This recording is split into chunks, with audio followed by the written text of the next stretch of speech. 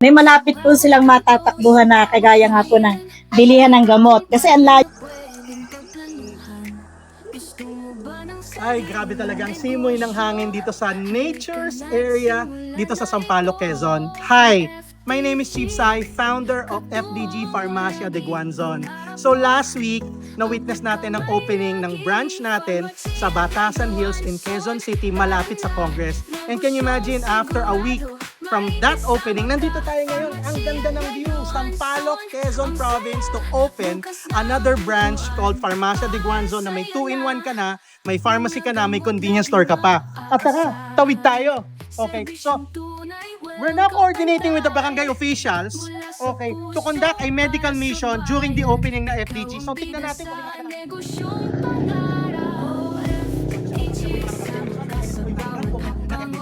it's a 2-in-1.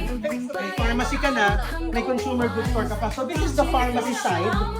Yan po yung pharmacy side po natin na makikita niyo po, we have different kinds of affordable and high quality branded and generic medicines. And at the same time, we also have consumer goods items na kailangan ng ating mga community sa mga pang-araw-araw na mga needs nila. So, halika, kausapin natin ngayon ang ating barangay kapitana and at the same time, yung isa sa mga operators dito sa branch na to. Tara! Hey ma'am, no, ano pong nakakamdaman nyo na sa wakas? No, from the time na nakapagkwentuhan po tayo with Sir Ante, ngayon nakakatotoo na ang inyong pinapangarap na business. So ano pong pakiramdam, ma'am? Siyempre po masaya at Wow. the same time excited. Kasi Ang galing. po, may available na sabi nga ay mura at mga kalidad po ng mga Ng mga gamot. And Madam Marilu, malaking bagay pang magkaroon ng ganito dito Yes sa po, barangay. una-una po, para po sa ating mga kabarangay na nandito sa ibaba, may malapit po silang matatakbuhan na kagaya nga po ng bilihan ng gamot. Kasi ang layo po palengke.